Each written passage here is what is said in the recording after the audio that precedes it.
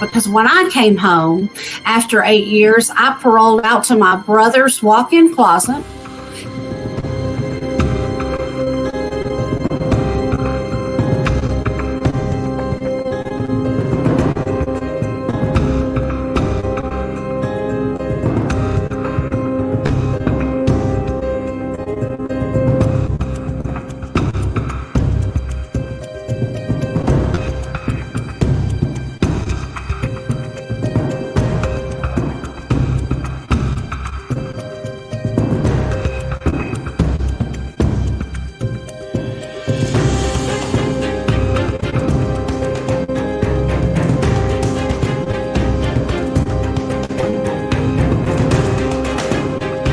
I still got 3 years of parole left.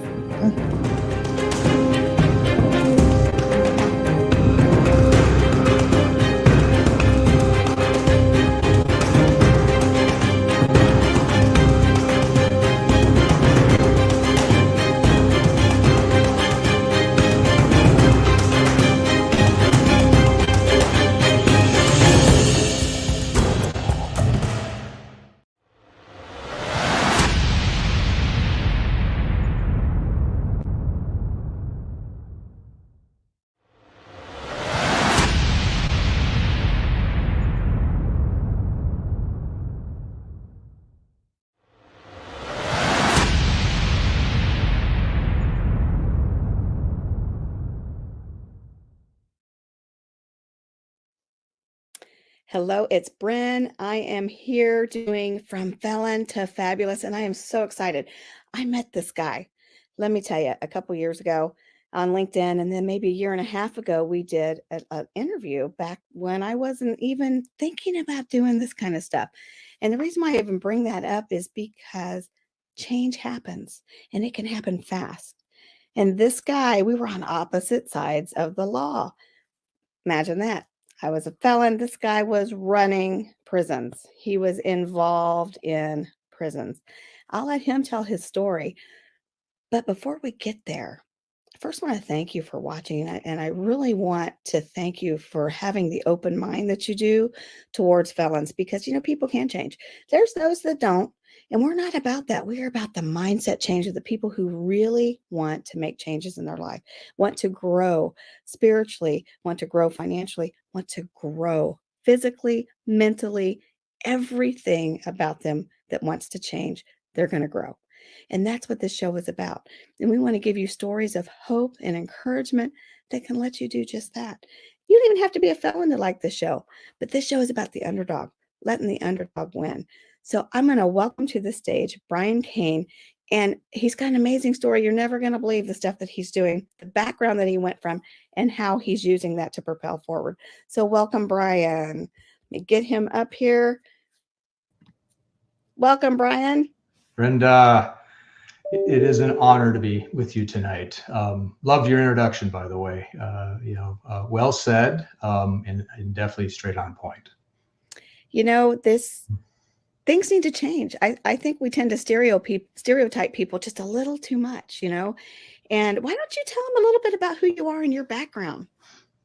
Well, thank you. I don't like to talk about myself, but I'll do my best. I grew up in the Midwest, Minnesota boy, joined the Marine Corps at a very young age and went and served the country, and saw that Marines, when they retired after 20 years, looked like they're 80 years old. So I decided to go to college and get an education. So I went back home, stayed with my parents, and got a criminal justice degree. Well, one of the classes in criminal justice was corrections.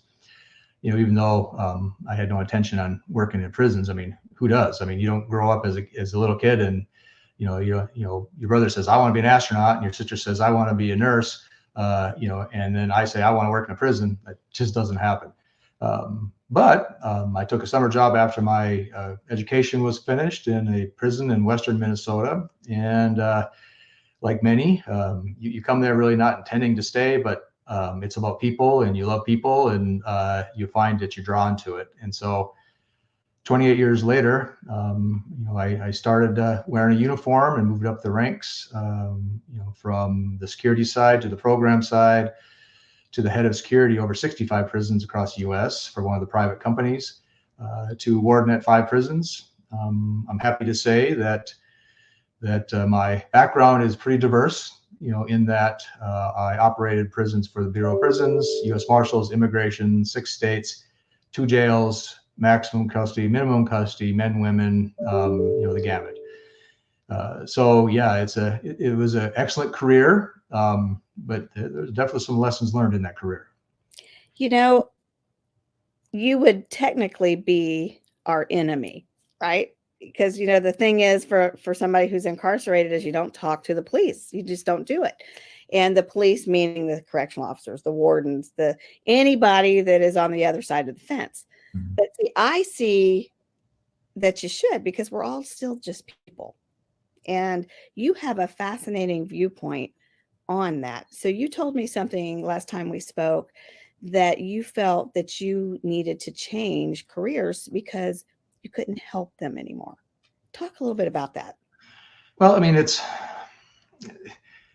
in the warden's chair, you really have to have an intimate understanding of the system, because you need to change, whether it's reduce violence, whether it's save money, whether it's reduce recidivism, or what have you.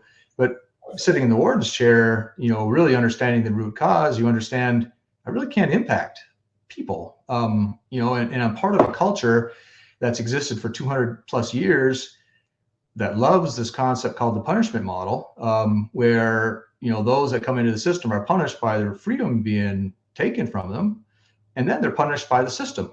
And in many ways, they come out worse than they went in. Well, there's nothing positive about that outcome. I mean, really, these are human beings. In many cases, good people made poor choices. Right. And some of them grew up in environments that are pretty awful. That I may have made the same kind of choices if I were in their situation.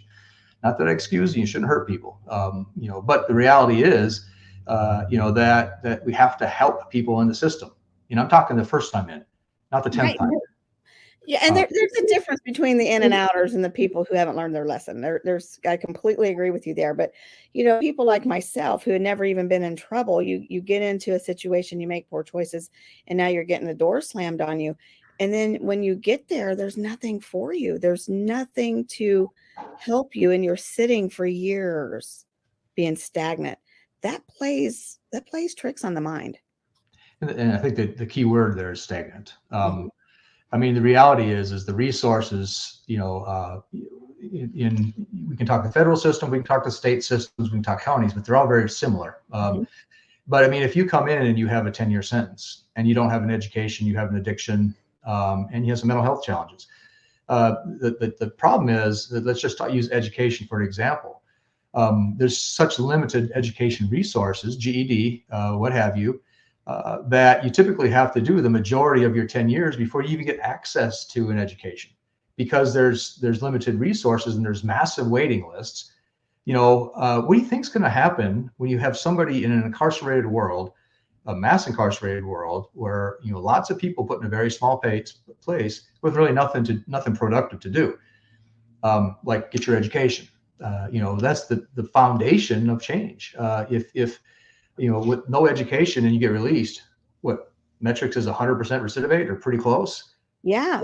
I mean, but making a person wait for 5, 6, 7 years of a 10-year sentence, sometimes 9 years of a 10-year sentence to get your GED or education, because they want to rush you through at the end because you're about to be released.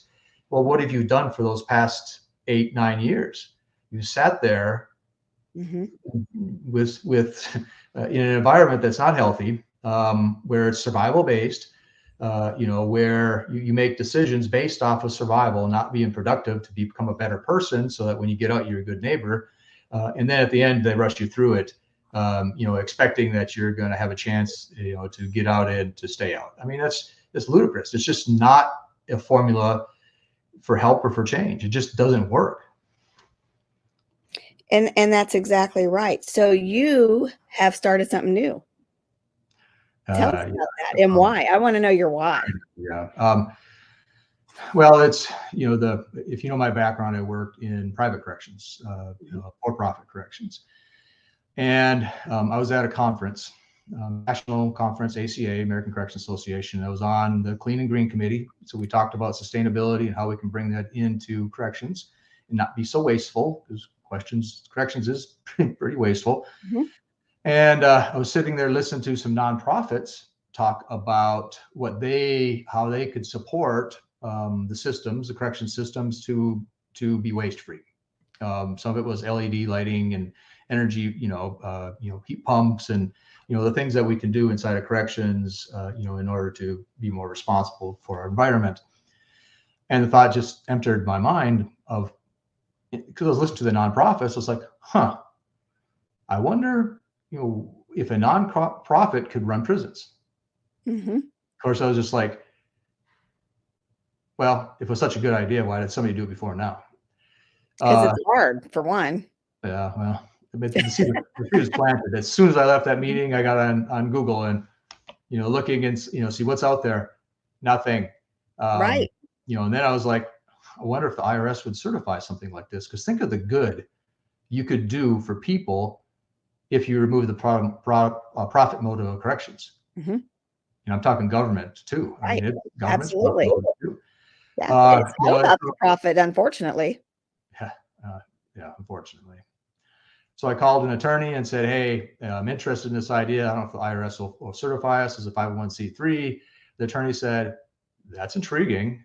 We don't know. And I said, well, I'm willing to invest the money for you to find out. So they filled out the paperwork. We submitted it to the IRS, expecting all these questions to come back, like, you want to run a prison as a nonprofit or a jail as a nonprofit? I can imagine what you got. 30 days later, certified, no questions. That soon? Which is Wow. odd. Yeah, it's very odd. Yeah.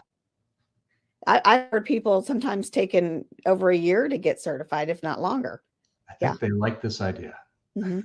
But think about that. It's needed. It's needed, especially even if you just had a trial run. So let's say you get somebody that's going to do this, and you get wherever state you're going to do this at, and you get some inmates, and you make a difference. Could you imagine what could happen state to state to state with the people that are coming out of corrections? Well, when you bring the pure motivation of reform, and I hesitate to use the word reform because some people get set back when they hear it, but the reality is we're not effective at helping our people. We're not effective for the staff. I mean, the life expectancy of a correctional officer is 59 years old. Mhm. I mean, yours is 80 as a woman. A man is 76 right now. Right. And so that's 16, 17 year difference. Mhm. I mean, how toxic does an environment have to be for you to lose 16 or 17 years of your life? Now, that's true. And at being on the inside, on the other side, being locked away, I actually saw that with the correctional officers. I saw what they went through. And they got to go home to their families at night, but they were still incarcerated those 12 hours a day that they were working, and they were on their feet, and they were being spit on, and the violence that was coming towards them. And it's not their fault that we were incarcerated, right? Now, granted, some of them don't treat people right, but not all of them were bad. It was just a job. And I could really see that weighing on them. And I also heard in the facility that I was in that they did not treat their employees very well. And the stress from that alone, making sure they're doing everything they're supposed to be doing on their job, and 3 days on, 2 days off, 3 days on, whatever it is, in those long hours. And it was horrible. Well, and it's I use that as an example. I mean, there's no study that I can find that measures the life expectancy of an incarcerated person, but I can guarantee you it's the same. It's just that the pool, and there's good people in that pool, but when you're submitted into this pool that's already pre-poisoned, and you're expected to infect change, within the pool, at first you come in, because people come into corrections because they want to help. I mean, there's purpose to the job. I mean, really, is there a job with more purpose than corrections? Very few. Yeah, and if you're truly wanting that, absolutely, it would be the place that you would go. Yeah, because you're really not allowed to. Mm-hmm.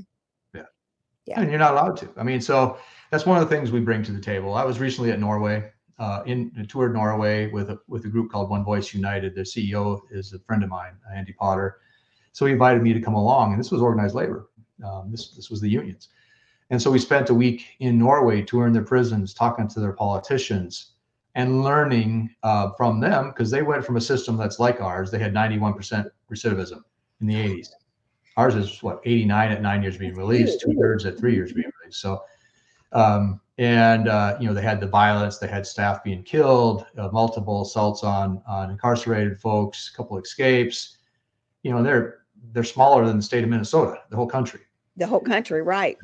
And so they said enough, and a bunch of academics and researchers and practitioners got together, and they developed this concept called the Norway model now, where it's dynamic security, normality, and import model. And it took them years to implement this, but they took recidivism from 91% to now they're the lowest. I think it's 21% at 2 or 3 years of being released as a country. I mean, could you imagine? Wow. And it's they're different. You can't pick up Norway and drop it in the United States. We're big, No. diverse, and we're violent. But the principles of humanity and how they change their system are sound and will work in ours. That says they could be modeled after. Absolutely. In fact, our nonprofit has many of those principles built into it. A lot of it's personal experience from our team, not just myself, on what did work, because many on our team were wardens, and frustrated with outcomes and engaged in helping. I mean, from the federal system, from the private system, from the state system. And so our solution is a little unique because we're practitioners. Right. We know that to change the culture, to bring humanity to our system, it needs to be a dual approach. You need to have the support of leadership on top and the vision, but you have to have buy-in from the staff and incarcerated. If we're going to actually change the culture, and really that's what's missing is the bottom up. There's a lot of top down trying to push the reform down, but how many millions have we spent over the past our lifetime, and what's changed? Not a lot. You couldn't have said it better. The bottom up is where it needs to be. You got to start where the problem is. And the problem is the people that are in there, right? And the people who are the employees trying to take care of those people are supposed to be the solution. But when they become the problem and then they meet the other problem, now you just got a bigger problem.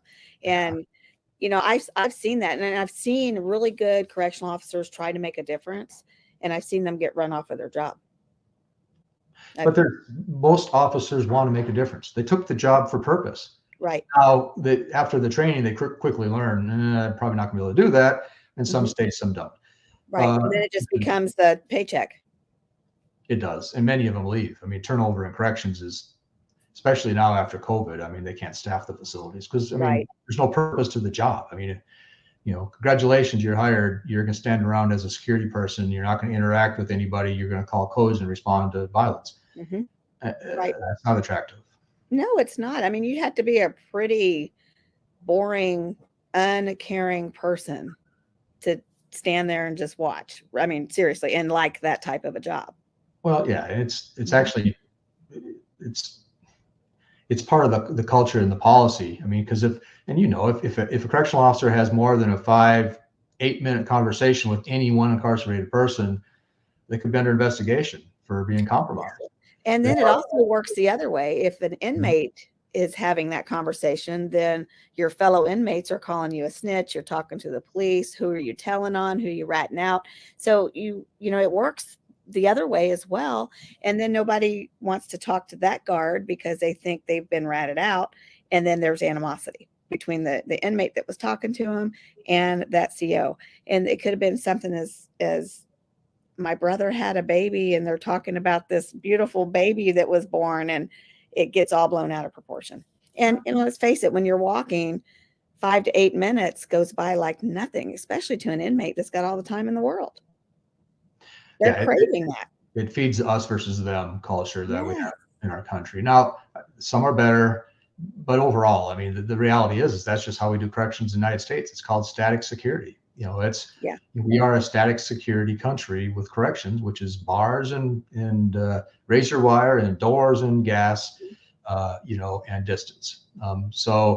That's part of one of the root causes that I clearly identified, operating the 5 prisons that it's responsible for, is why us versus them. And that clearly is not helpful. That's counterproductive to both staff and incarcerated. So part of our solution, our nonprofit solution, is to bridge that gap. And there's ways of doing it. I'm a security expert. I was the head of security of 65 prisons. That's a lot. It's a big responsibility. All custody levels, all across the United States. So I get security, and I get that security, that number one purpose is protect the public, protect the staff and incarcerated persons. But there's a way to bring humanity to actually enhance security versus the static process that we use in the United States, that if so-and-so gets drugs in through visitation, well, then we need to make the metal detector, more sensitive. We need to add extra procedures to the visitors coming in to make sure that they don't bring in contraband. The thing is, so we're trying to stop it for the 1-2% that's bringing in the contraband, but then we punish everybody else in the process. Everybody suffers from it. When I was incarcerated, I was so new to this, and I wasn't there maybe 6 months, and here comes the U.S. Marshals, and they're kicking in cell doors. You're basically being arrested again inside of a prison, right? I'm going, man, how does that happen? Because prison guards were bringing in contraband, and there was this big scandal about the drugs that were going on at this facility, and it was being brought in by the prison guards and then being sold to, there's a lot of money because prisoners were paying for it and their families were getting paid for it. So they were basically continuing the same activity from the streets that being brought into the prison. And sometimes those guards are getting those jobs to purposely fulfill that gang-related drug activity. I'm not saying all of them. I just happened to be in the prison this was going in. And everything shut us down. I mean, we were locked down for days, almost a week, while these things were being investigated. And, what goes through your mindset there is, how long is this going to happen? We couldn't call home. We got our mail. We got a shower maybe twice a week. Our meals we had to eat in our cell. But it was for our own safety. And see, that's where the inmate doesn't understand. With you being in security, the number one job is to keep everybody safe. And they don't see that.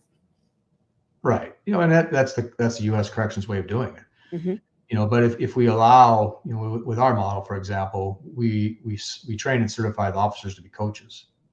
So we don't expect them to be a social worker. But what we do expect them to be is an encourager, where you can have a conversation, officer to incarcerated person, do you have a GED? No. Are you on the waiting list? No. Well, why aren't you signed up? Well, the officer is in that housing unit with them every day. That's what they work. And so now they become the encourager to encourage the incarcerated person. Hey, I'll help you get signed up. You need your GED, or there's a good chance you're going to live in prison for the rest of your life. And so how do we use the officers as the people that have the most contact with the incarcerated folks as encouragers to motivate them to be better? Now, reality is nobody can force you or me or anybody to change. No. But that doesn't mean you can't encourage them. And I meet with a group of recently returned citizens here in Phoenix, and they came out of the Arizona system, but they tell me stories. I mean, just crazy stories. And one of them, I asked them, what's the most impactful staff member through your 10 years that you were incarcerated? And this answer was sad. It was a case manager who said good morning to him, looked him in the eyes, and meant it. I said, in 10 years, that was the most impactful staff member to you? Yes. I said, how can being saying good morning is the most, because nobody else did. Nobody else paid attention. Nobody else cared. And so, so we need the officers, we need the staff, to be engaged as helpers. And there's a way of doing that without them getting compromised, because that's the big fear in our country is if we allow the officers to have professional relationships, conversations, then they are going to be compromised. Well, some might, but some are already doing it. I mean, the system right now, there's people compromised all the time. You're going to have that anywhere. I mean, you have human error, so that's going to happen. But if you're actually trying to make the difference, trying to communicate, maybe smiling, a smile is contagious, right? We had a gal that we loved it when she worked because she brought the mail, and she was so comical when she brought the mail. She had this little show that she did as she was doling out the mail. Mail call is a sign of love when you're incarcerated. That's where you hear most of your stuff, right? And we loved her. And she was so upbeat. But see, she had it made because she only had to deal with us till 10 o'clock. So she had us from 6 at night till 10. And then the rest of the time we're locked down and we're sleeping. So she didn't have to deal with that. So, but for her, that 10 till 6 in the morning was probably the most boring part of her job because everybody's locked in their cell outside of the people who are cleaning and, working their jobs.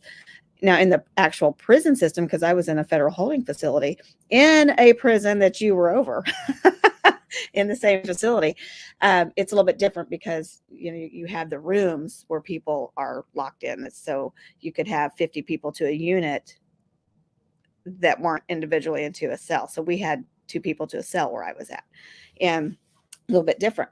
So when we got locked down, we were locked down. We also had these things called counts, and counts could last for 2 hours.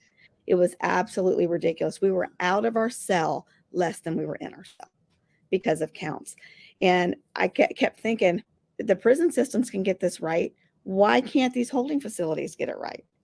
Because a count should not take more than 15, 20 minutes if it's done correctly, unless you've missed a person or you've misplaced some people.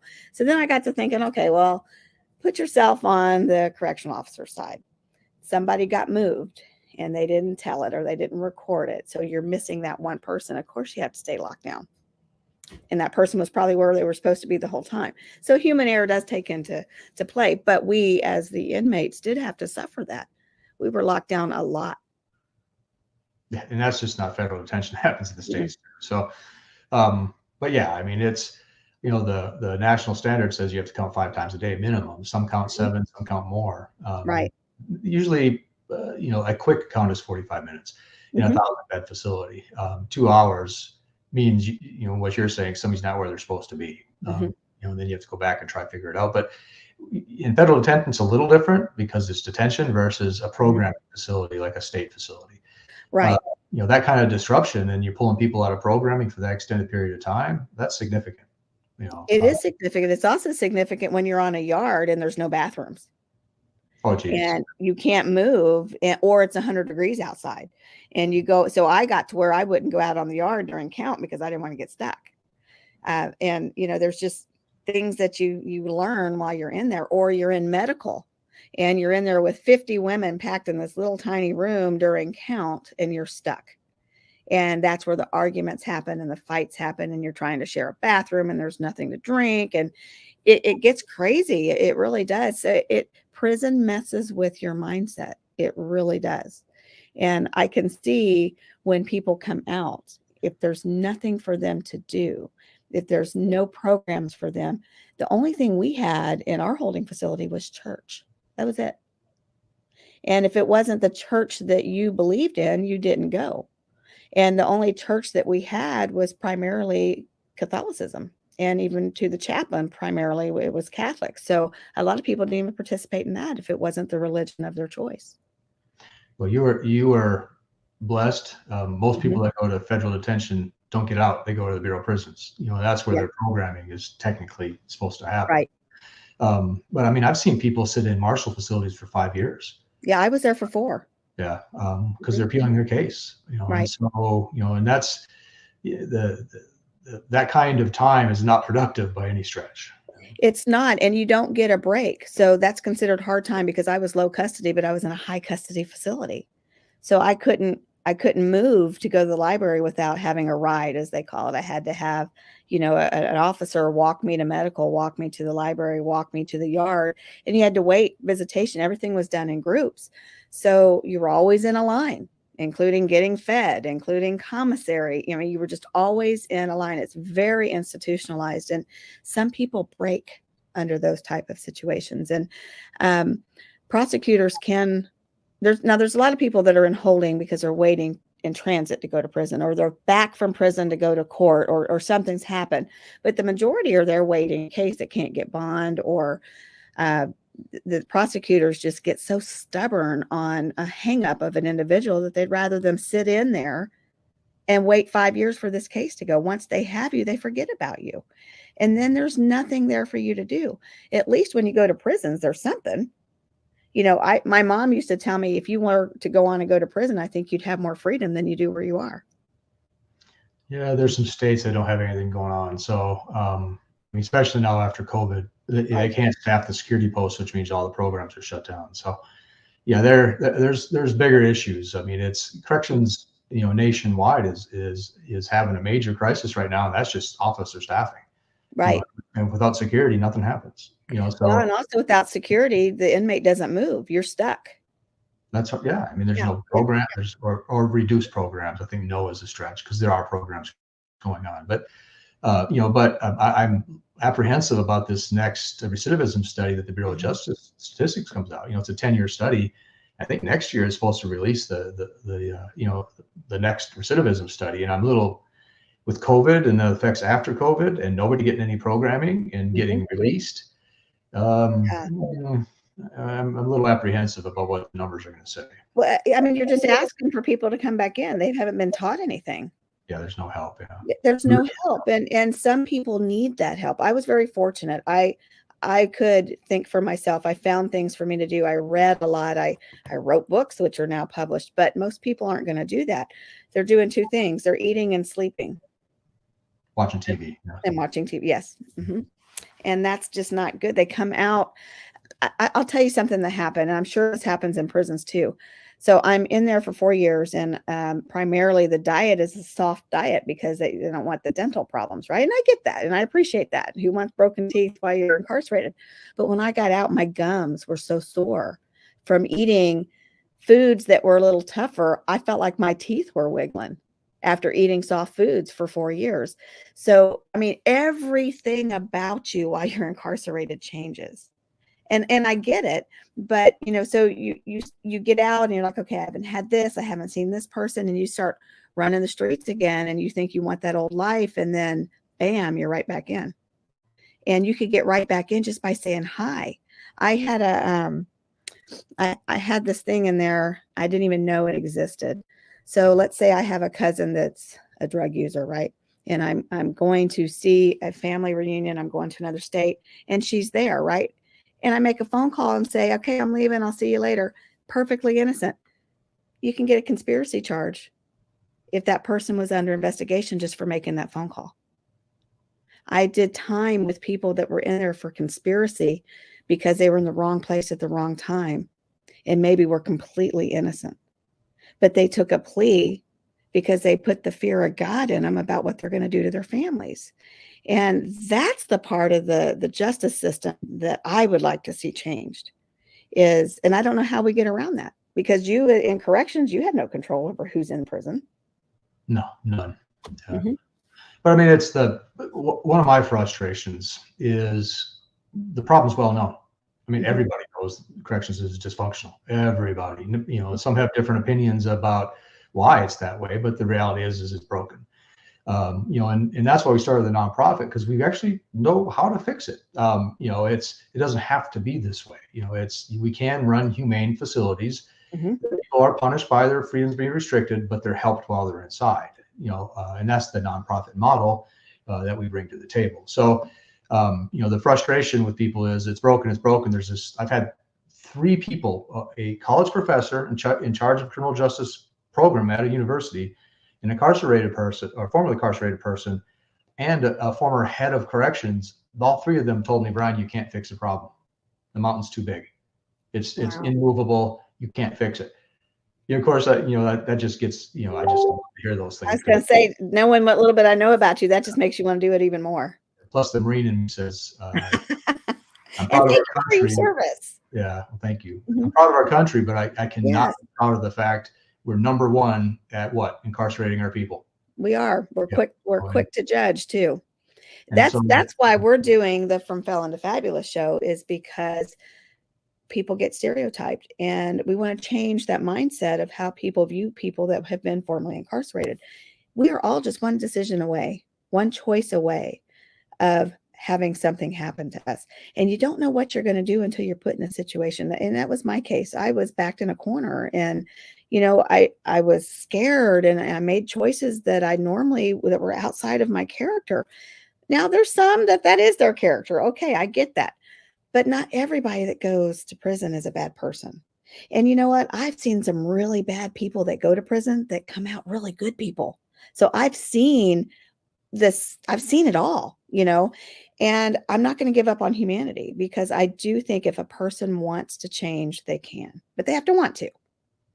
They have to want it. And that's why we have to create a culture inside, an environment inside that's pro change. Right. I mean, right now, you go into detention or prison, and what's the first thing that happens? You separate by your race. Mm-hmm. You sure are. You have to show your papers to see if you're a sex offender or not. Right. And then you go to the race for protection. Well, why do you need protection? And why do you have to go to a race for protection? Right. I mean, the environment is supposed to be a learning environment, an encouraging environment, but with the lack of resources and the punishment model culture that we have in our country, there's probably a need for protection, which is just sad to say. You're right. But with our model, we're going to provide so many opportunities for those that are incarcerated. Now, if you choose not to do it, that's your choice. That's on you. Yeah, that's on you. You have that choice. I'll put you in a restrictive unit if that's what you want to do. But we'll have so many incentives for people to educate and program and deal with their addiction and help with their mental health, be coaches and mentors to others that are incarcerated. I mean, the whole environment inside of our nonprofit solution is going to be completely different than government. And it's going to be safer and more secure. And people are going to say, Brian, you can't do that. And I'm going to laugh and say, I'll show you. Well, why can't you do it? Because you lived it. I mean, look, you worked your way up through the system. You started out in security and you worked your way up to being a warden. Why would you not know how to do it? Well, it's not me. It's I have the initial vision, but everybody who I talk to gravitates this idea. Whether they're, we have Justice Evolved folks on our team, incredible human beings. Some of them did a lot of time, and they bring a unique perspective. We have other, folks that came up from different diverse backgrounds, and some of them led prisons, some of them worked, and some were incarcerated. Right. And some are business people. I mean, it just, if we take the best and brightest and put the minds together, this is a solvable problem. We do not have to keep replicating this dysfunctional culture and system that we have in corrections. And I agree with you there. And you're right. If you have a team of people, and I love the fact that you're looking at it from all points. You've got the people who are working it on the correctional side, and then from the incarcerated side. So you're hearing and seeing and evaluating on both sides. And I think that's wonderful. Unfortunately, though, now you got the government. The government's looking for solutions, though. It's easy to be critical of the government, but our generation acquired a dysfunctional system from the generation before, who acquired a dysfunctional system from the generation before. It's like, in the government, and people just don't like change, and so I think there's that tendency. That our model is, we don't want to run all the prisons. We just want to show you how to run the humane way. And then we're a nonprofit. We're going to give it to you. We'll help you implement it. We need system-wide change. One facility is cool. All the lives inside that facility are impacted by that win, but that's a little win compared to the 2 million people we have incarcerated. So right. How do we show decision makers that you can have safety and security, which is first, while you have a humane opportunity for people to make better choices and have access to programs in mental health, addiction treatment, things that they need, and then they leave with a job and a house and transportation. Yes. Because community corrections is as broken as the prisons. I mean, so you send them into the communities, and you said it earlier, drugs and sex and all kinds of stuff going on in community corrections. That's not helpful. If they don't have a job, they still have transportation. And there's other challenges in the community side too, but they're going to recidivate. I mean, it's almost like it's expected, because there's no fair opportunity or chance. No, they don't set it up for anybody to succeed that doesn't have. See, I succeeded because I had a family. I had a support system. I had a place to go. I had a car. My husband stayed with me. So, I had income. Most people don't have that. And I look back, and I just spoke to somebody today that I actually did time with, and she's been in and out. She still has another, 4 years of probation, and she's doing really well. She's so proud of herself. She's got her home now.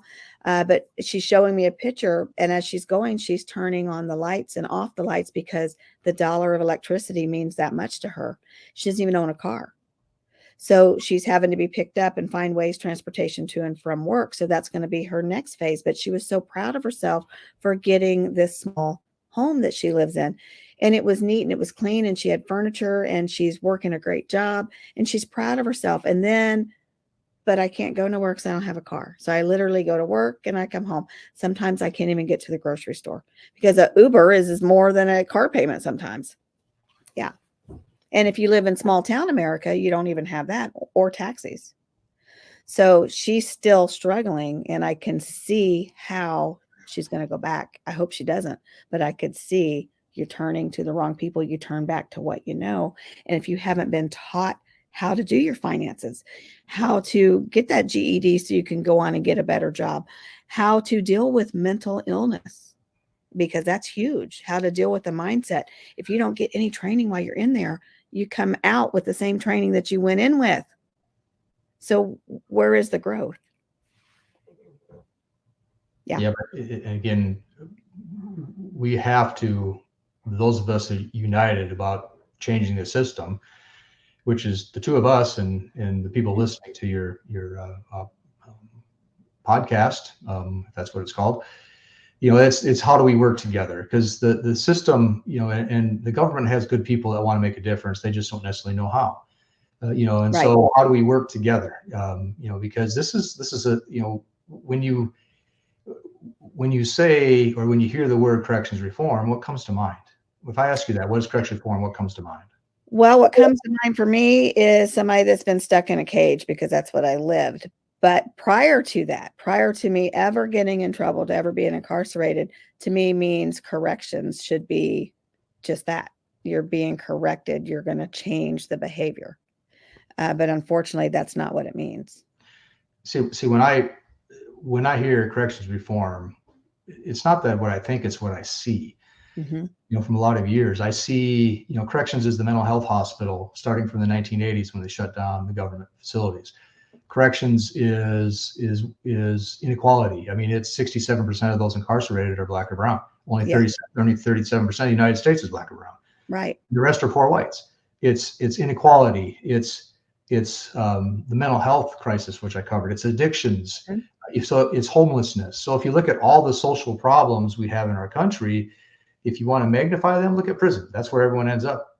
Yeah. Those that can't manage it. So when we bring change to corrections, when we bring a culture of support and hope and reform, you know, and opportunity to those that are in, not only do we reduce recidivism, which is, of course, the word that corrections always goes to, we also release people that are no longer homeless. We also, you know, have continuity of care for mental health, so somebody doesn't get off their medication with the only 7 days they're given when they're released, and off their medication that hurt people. You know, the addictions, which is huge. 90+% of those incarcerated have an addiction. Well, if that's not treated inside, when you get outside, the first thing you're gonna do is go back to your addiction, which makes poor choices, which means you hurt people and you go back to prison. Right. You know, so when I hear corrections reform, I hear social reform, because really we are bringing a solution to those that are incarcerated, but it's bigger than the incarceration. It's society's problems that we're addressing. And so, and that, you just said it. You just said it. It is society's problem, but society won't agree to that. Once we show them it works, they will. I hope you're right, because right now we want to blame the individual. And, you know, there's so many people. I saw people who, for just personal use, that were just addicts, get locked away for a lot of time when they could have just used a rehab, and not a 30-day rehab, maybe a year rehab or a rehab prison. You know, that those people, I know that costs money, but maybe to change some of that, because addiction is a problem. It is a problem, and it affects people differently. And you make some choices that you normally wouldn't make. But with that addiction, it does not discriminate. It takes everybody. I agree with you, and I also, I'm, you know, firm belief that people are accountable for their actions too. I agree with that. Mm-hmm. You can't hurt people. I mean, drugs is a little bit of a different situation, but violence. Don't hurt. If you hurt people, you need to be accountable. I completely agree, because you're just going to keep doing it and doing it and doing it. And like I said, I believe in prisons that they need to exist. There's people that never need to come out. There's some, I've seen some very violent women. I saw things that I never want to see again. And those people need to be locked up forever, because they're not going to, some of them are mentally ill. Some of them have no emotions. And then you have others that maybe that's all they know. I don't know, but I do know it's real. And those are the type of people that prisons should be there for. Yeah. But if you're just dealing with an addict, maybe something can change. Maybe financial crime doesn't have to carry a 30-year sentence, that it could have a lesser sentence and a longer probation. I mean, there's so many ways that they could work this. But in the feds, it's a point system, and they call that fair. So, you know, on the financial side, you could never been in trouble before, but the amount of money that it is drives your points up, and you're going to get just as much time as that sex offender or that drug user who's an addict. Based on how much they had with them, gets as much time as the kingpin that was selling it to the kids. So there's really there's no fairness in the system at all. And I don't know that there can be. Yeah, I mean, the courts is a different challenge. I mean, courts focuses on those who are incarcerated, but hopefully at some point we'll have enough influence to help move some of those needles. Also, I disagree with you a little bit. Most people can be helped. Now there are, I mean, 95% of those incarcerated get out. So that's right. You know, we can't, you know, there are those multiple murder. I mean, those that are just, you know. And those are the ones I'm referring to, the really bad apples, the ones that really have some mental issues. But they're the ones I think we can turn into coaches on the inside and make their life productive, versus they just doing their time for the rest of their life. You know, let's engage them in pro-social, because prison is their life. They're not getting out. No, and so they need to have a productive, healthy life. So how do we help them? How do we encourage them? How do we turn them into coaches? Because lifers, the newer incarcerated, listen to lifers, they're mentors. You know, and so, you know, how can we engage them to be productive members of the prison society or the prison culture, to help the younger, especially the younger ones that make the rational decisions that get them in trouble all the time. You know, so I think there's ways to bring them into the solution also. Now there are going to be the severely mental ill that they're going to be hard. You know, but with our nonprofit model, we're not giving up on anybody. You know, and I love to hear you say that, because sometimes on the violent side of the house, that's all they know. So, you know, somebody that was raised in that, they think that's how life is. Those people can probably have a very productive life in prison and say, you know what, I was wrong. That is not the way I should have acted. And they can help others through it.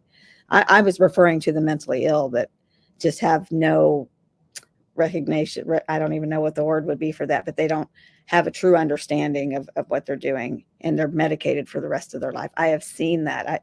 And people don't think it happens with women. I've seen some pretty violent women. Me too. Yeah. Yeah. And in a holding facility, we're all in the same space. Yeah. So you see it all. And, you know, I have seen some mentally ill women so strong that they have bowed doors.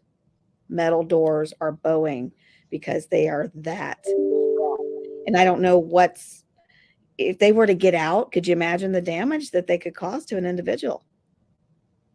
I've seen it, and that's the individual that I'm talking about, that I don't know. I mean, I hope we could help them maybe through meds, but I have seen it. I have seen the injuries. I have seen what they've done to prison guards when they come in. It's almost like it's an animal. And then you have the other who was a murderer, was just as nice as they could be, the sweetest person in the world. You don't know what you're going to run into. Most murderers are your better population, to be honest with you. But yes, you're right. Yep, you're right. So in parting, give us some words of wisdom for anybody that's looking to help you get to where you need to be to help those who are incarcerated. And I prefer to say help us, because corrections is such a problem that there's no one individual group that's going to be able to move that mountain. So, you know, it's how do we work together? How does the criminal justice space, how does the families of those incarcerated, how are those previously incarcerated, how do the staff and the unions, officer unions, are also passionate about helping people. I mean, some people don't do that, but I've seen it firsthand. They are. You know, how do we bring the politicians? Because if the governors of the states don't support it, then it's not going to happen. Yeah, I hear you there, and I agree with you there. So how do you educate? We are a startup nonprofit, so financing, we will be a self-funded nonprofit once we get the contracts to help the government. But until we get there, we need seed money. So, the networking. One thing I have learned leaving the warden's chair is the value of networking. I mean, that's how we met. Right. We network with everybody because you never know the seventh degree of separation. So tell your friends about this model. spcor.org, is the nonprofit website. And just, pass the word. If you have the means, help. If you don't have the financial means, you have the emotional means or the communication means, tell your friends, spread the word. It's going to take all of us to make this happen. What was that website again? spcor.org. spcor.org. Yeah, it stands for Social Profit Corrections. So let's see if I got that right. We'll put it up there. Is that it? Perfect. Awesome. So if you want to donate or you want to know more about them, go on over to spcor.org and get in touch with Brian. He will talk to you. He talked to me. He actually does care. He's actually a nice guy. And who would have ever thought I would have been saying that about a warden, right? Not everybody in corrections is out to correct you in a bad way. They really do. There are a lot, probably more than you think, a higher percentage truly want to help those who are incarcerated. It's like you said, 95% of us are coming back out to the community. Mm-hmm. So we're going to be in the community. We're going to be right there working beside you. We're going to be in the grocery stores with you. We're going to church with you. So we all have to live together. So let's change how we view people in general. We have a moral and ethical responsibility. Absolutely. Yes. Well, thank you, Brian. It's been a pleasure. I really love what you're doing. I'm happy to see the growth because the last time we talked, you weren't even taking donations yet. No, it was brand new. Yeah, it was brand new. So it's just amazing. I am in belief that when you're doing the right thing, things are going to happen. Good things are going to happen. Things are going to take place it might take a while. But I'm seeing growth in you. I'm seeing growth in your organization. You're now taking donations. We just spoke prior to the show about some big things getting ready to come down the pike for you. And I think it's amazing. It's absolutely amazing. So they can get in touch with you at this website as well? Absolutely, yes. Yeah. There's an info button you can click on and the email come to me and I'll respond right away. So awesome. Well, thank you, Brian. Don't go anywhere. I'm going to put you down for a minute. And get in touch with him. Go over to www.spcor.org. Thanks for watching. Felons are going to be part of your community, like it or not. And when I first got out, I would run into Walmart and I would see a correctional officer. Now, granted, I had my glasses on when I was in there and I didn't have any makeup and your hair, because when I was in a federal holding facility, you didn't have makeup. You didn't have a way to do your hair. You could comb it. That was it, and wash it. So you look completely different. And I'd say, hey, do you remember me? I'm Wood. Oh, yeah. Some of them would give me a hug and some of them would not. They'd look at me like, oh, but the majority of them, I bet you 98% of them were happy to see me and ask me how I was doing. And they cared. How's your mom? They remembered seeing people at visits. So not all correction officers are bad. Not all people in corrections want to see you stay there. They want to see you get out. They want to see you be productive. But that choice is ultimately yours. How you live your life as a felon, how you treat people, how you do your job, how you deal with your family, how you deal with your past is all up to you. So stay tuned for more encouraging stories. Go on over to this website right here. Click on it and see how somebody's wanting to change how corrections is done. Yes, it's true. People do want to help. And then go on over to FromFelonToFabulous.com and check out what's coming on. We've got stuff coming up that's going to blow your mind. I mean, people with pardons. Who has that, right? People who have changed their lives that are going back in to the actual prison that they spent 10, 15 years in and making a difference, working programs within the system that they came out of. Stay tuned for more. You guys have a great day.